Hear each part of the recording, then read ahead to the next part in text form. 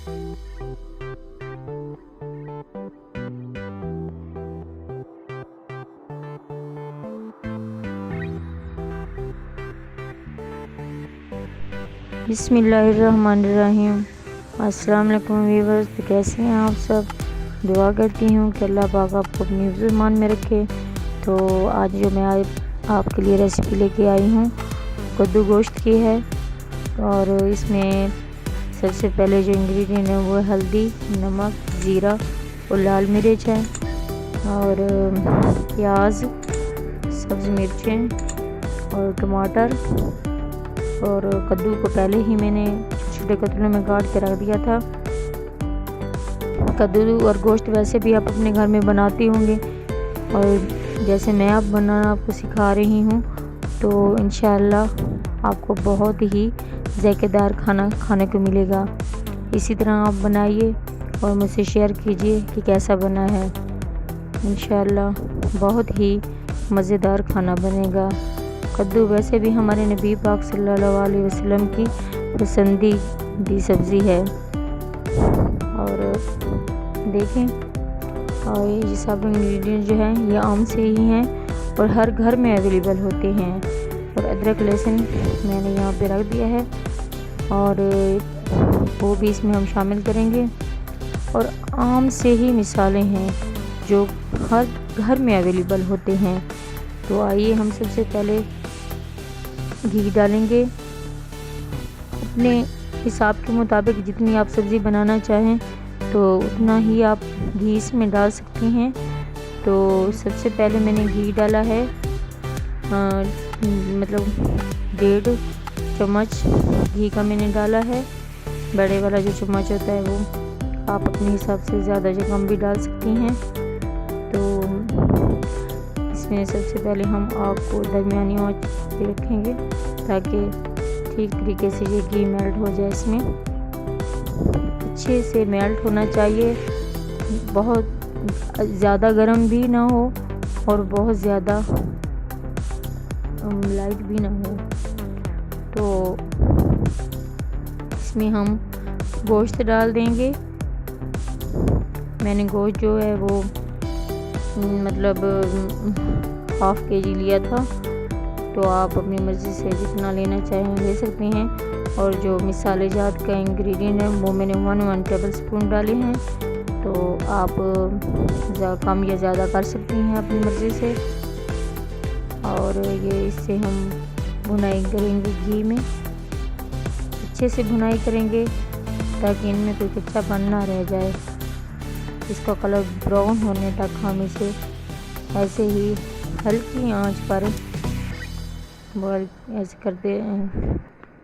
ये हमारा गोश्त भुनाई हो रहा है, और जैसे ही हमारा गोश्त भुनाई हो जाएगा, देखिए ये गोश्त हमने ब्राउन कर लिया है। अब उसी घी के अंदर हम मसाला जार डालेंगे। बहुत ही आसानी से नाज़रीन हम बना रहे हैं घर के ही मिसालों से। तो ज़ीरा हमने इसमें डाला है, इसे थोड़ा सा भुनेंगे ताकि इसमें कच्चापन ना रह जाए। आम से इंग्रेडिएंट है, घर में हर घर में अवेलेबल होते हैं। कोई नहीं, हमने बाहर से कोई मिसाला भी नहीं लिया। ये नमक और लहसुन और अदरक हमने डाला है इसमें। इसकी भुनाई कर लेंगे हम।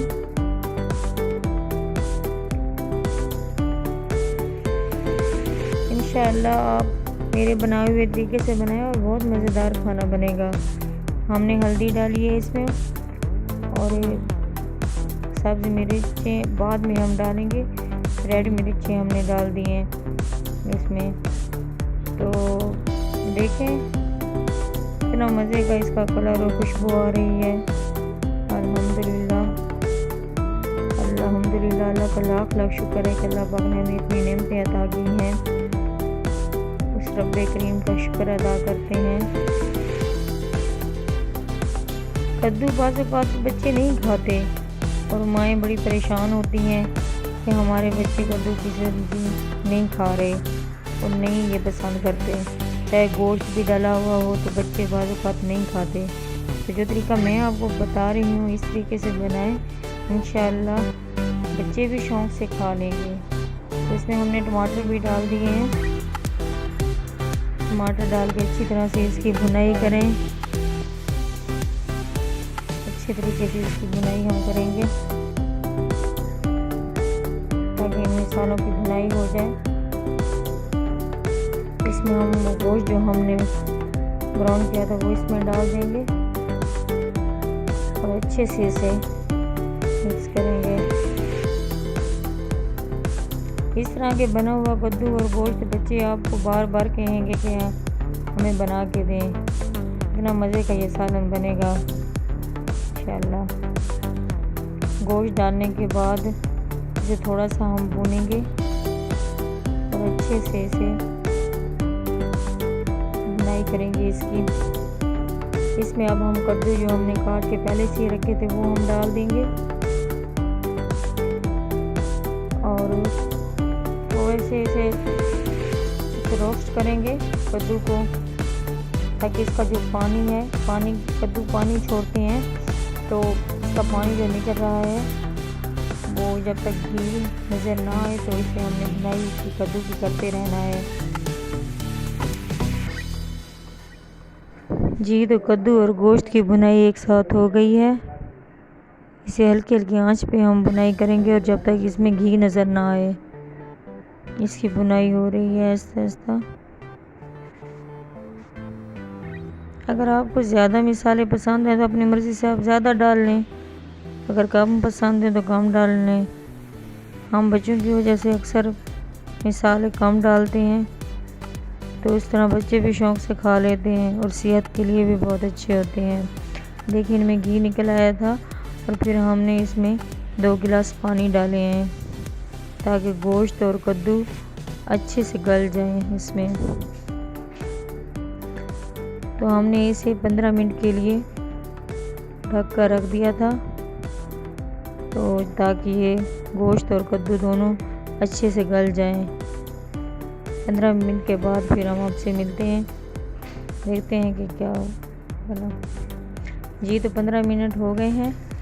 अब हम देखेंगे कि इसमें हल्का हल्का पानी रह गया है, ज़्यादा पानी सूख चुका है और कद्दू भी माशाल्लाह देखें गल गए हैं और गोश्त भी गल गया है माशाल्लाह। अल्हम्दुलिल्लाह, मेरे अल्लाह की शान। बहुत मज़ेदार खाना बन रहा है। इंशाल्लाह आप लोग बना के खाएं और मुझसे शेयर करें, कमेंट में मुझे बताएं कि कैसा बना है मेरे बनाए हुए तरीके से। मैंने आम से ही मिसाले इसमें डाले थे और ये फाइनली हमारे खाने की लुक है। जब इसमें पानी वगैरह सूख गया तो हमने इसमें प्लेट में डाल के आपको फाइनली इसकी लुक दिखाई है। तो काइंडली आपको अगर मेरा अच्छा लगा है खाना जी व्यूअर्स, तो ये चिकन और कद्दू की फाइनली लुक है। अगर आपको हमारी रेसिपी पसंद आई है तो काइंडली मेरे चैनल को लाइक करें, सब्सक्राइब करें और दोस्तों के साथ शेयर करें। अल्लाह हाफ़िज़।